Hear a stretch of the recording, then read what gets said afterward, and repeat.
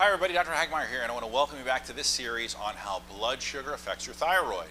While most doctors don't see the connection between blood sugar and thyroid problems, I'll tell you that it's almost impossible to correct any kind of hormonal imbalance, thyroid included, when a blood sugar problem is not identified or addressed.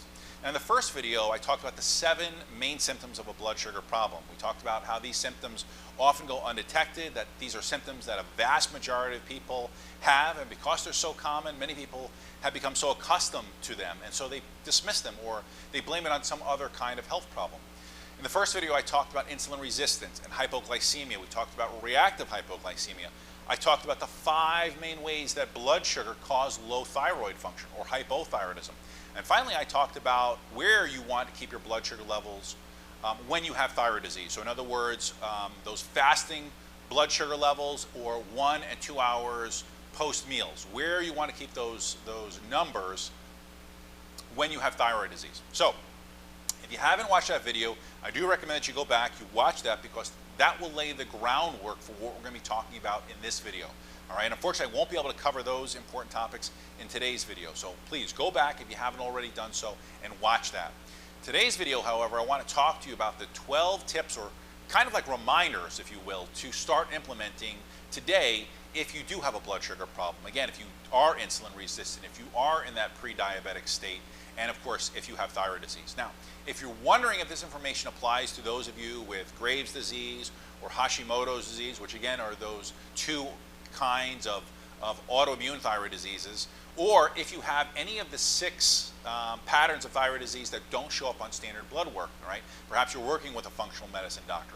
Then again, the answer to those questions is absolutely. No matter what kind of blood sugar, what kind of thyroid problem you have, correcting your blood sugar and having good, healthy, stabilized blood sugar is very important. All right. Now, in this video, I won't be able to get into again, the different kinds of tests like glucose, what the glucose marker is, and insulin levels and hemoglobin A1C. But one thing I do want to make very, very clear is that you cannot rely on just glucose as the sole indicator or the sole marker for whether or not your blood sugar levels are where they belong. I see this is a common problem that I see over and over. All right, so with that being said, the first thing you want to do is you want to go to the local pharmacy, right? You want to speak to the pharmacist there, and you want to purchase the most reliable glucometer that the pharmacist recommends. All right, so buy the best one. This is not a place where you want to buy the cheapest one. All right, go with a quality glucometer. So again, get that glucometer, then become familiar with how you feel when your glucose levels are out of range. Right?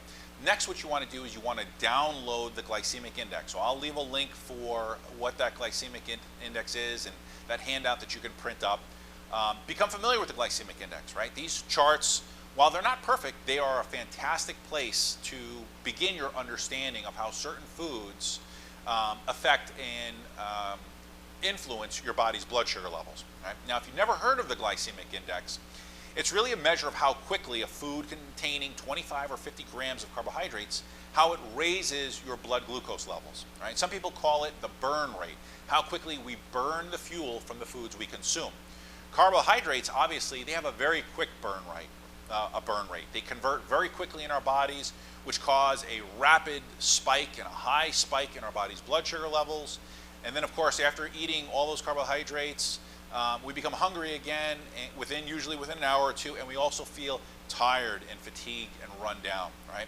Fats and proteins, of course, they have a slower burn rate. They convert more slowly and gradually, and they don't cause an abrupt rise in our body's blood sugar levels. Right? They keep us full longer. They keep our energy levels, our energy tanks, so to speak. They keep them fueled for a longer period of time. So you may remember that we talked about 1 in 3 Americans have a blood sugar problem and how most Americans are unaware of it. So if you have those symptoms that we talked about in that first video, then please take today's information serious. Right? Eating a low glycemic index diet really will help you in so many different ways. Many patients will report that they no longer feel hungry all the time. They feel full for longer periods of time. The low glycemic index diet has been shown to improve cholesterol. It improves cognitive performance. It improves your energy. It can clear up your skin, especially in situations where there's acne. And most importantly, it can correct things like high blood sugar, right? It reduces your risk of many different kinds of diseases, heart disease and cancer. It promotes weight loss. Of course, so many Americans struggling with weight loss. So again, there's lots of benefits to eating this low glycemic index, according to the glycemic index. So let me give you 12 rules, 12 reminders to follow for better blood sugar control when you have thyroid disease. So number one, include fat and protein with every single meal, right? The key here is every single meal. This could be things like eggs, it could be fish, it could be meat. Really any kind of protein source is going to be super important, and fat source with every single meal, all right? Number two is you want to eat every 3 to 4 hours, right? I had to remind a patient actually just this morning that it's important to eat every 3 or 4 hours. She was pre-diabetic, and we talked about why skipping meals was no good, right? She was skipping her mid-morning meal, she was skipping her midday meal, she was skipping her evening meal, and then, of course, on the few days that she was having a snack, it was things like sugar, it was fruit, right? And that's, you know, again, the body doesn't see a difference between fructose and glucose. So even though it's natural sugar, it still has an impact on your body's glucose levels, all right? So number three is no sweets before beds, right? That's a given, no sweets before bed. Number four is you want to avoid fruit juice, all right? For me personally, if I drink orange juice, I go into shutdown zombie mode within about 30 minutes, okay? So I too have to follow these rules, all right? So again, avoid fruit juice when there's an underlying blood sugar / thyroid problem. Number five is avoid caffeine, right? I can't say this enough. We are a society hooked on caffeine, hooked on sugar, all right? And caffeine just absolutely wreaks havoc on your pancreas. It wreaks havoc on your adrenal glands, and without a doubt, it promotes blood sugar instability, all right? Number six is avoid grains, avoid dairy, avoid soy, avoid corn, avoid yeast, all right? Now, I've covered these foods in a video that I did called gluten cross-reactivity. Now, why do I bring gluten into this video? Well, we know that the majority of patients that have hypothyroidism have a gluten intolerance or they have a gluten allergy, right? So again, understanding how foods that look like gluten within your body, how they can affect the thyroid gland and how they can affect blood sugar is important, right? Now, another thing we need to know is that grains tend to be higher on the glycemic index, right? So again, we want to avoid these sudden bursts and spikes in our blood sugar levels. The other thing is that many grains contain lectins, and so there's lots of videos that you can see on my website where I talk about the dangers of lectins when we have either an underlying autoimmune issue or when there's a thyroid disease underway. Number seven is you really want to eat breakfast within 1 hour of waking. Now, I know that can be so tough to do for certain people. I know for me, I had to force myself into the habit because I was waking up, I was just never hungry. I could basically skip breakfast every single day and basically you know, start eating and have lunch 11, 12 o'clock, right? So again, you do not want to do that when you have a blood sugar problem. You want to fuel your body even if you don't feel like eating, right? You need to reset your body's metabolism, and eating every few hours is the best way to do that.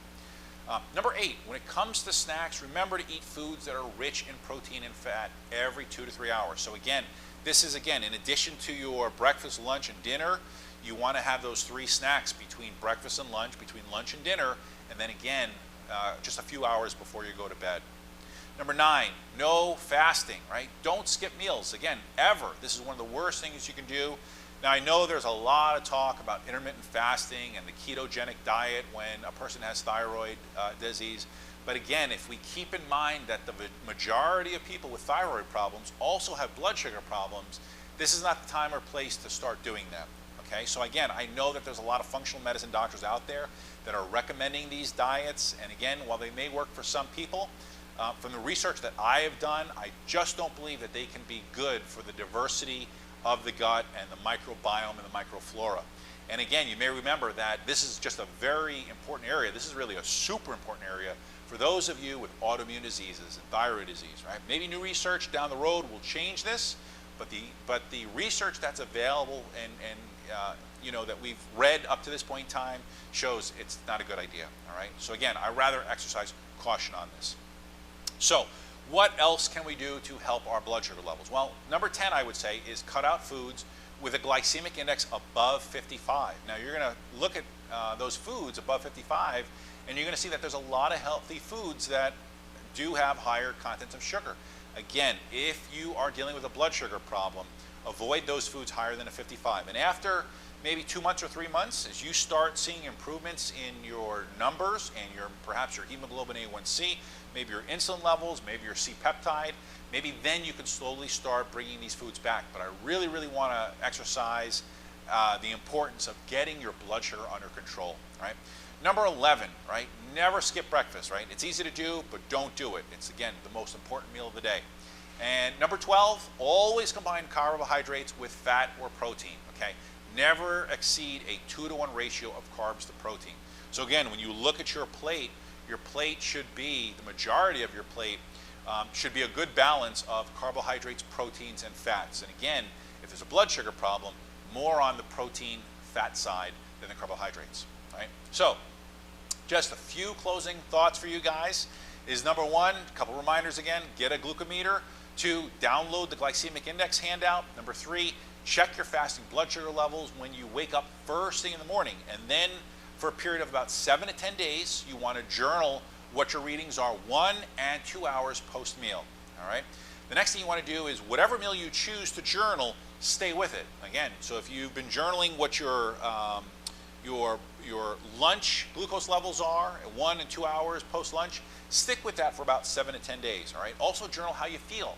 What has your energy levels been like? How was your mental clarity? How well did you sleep the night before?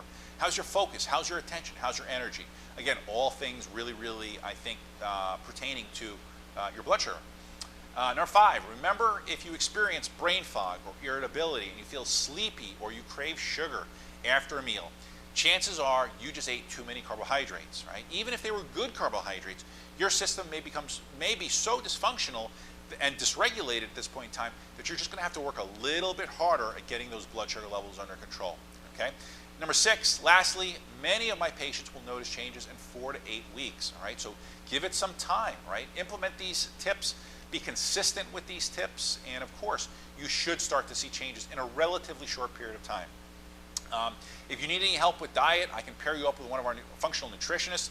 They can help you with meal planning, they can help you with recipes, they can really coach you through these questions that you have about diet and blood sugar, all right? That's going to wrap up today's video. I hope you enjoyed learning more about ways to balance your blood sugar when you have thyroid disease. And until next time, I'm Dr. Hagmeyer. Take care.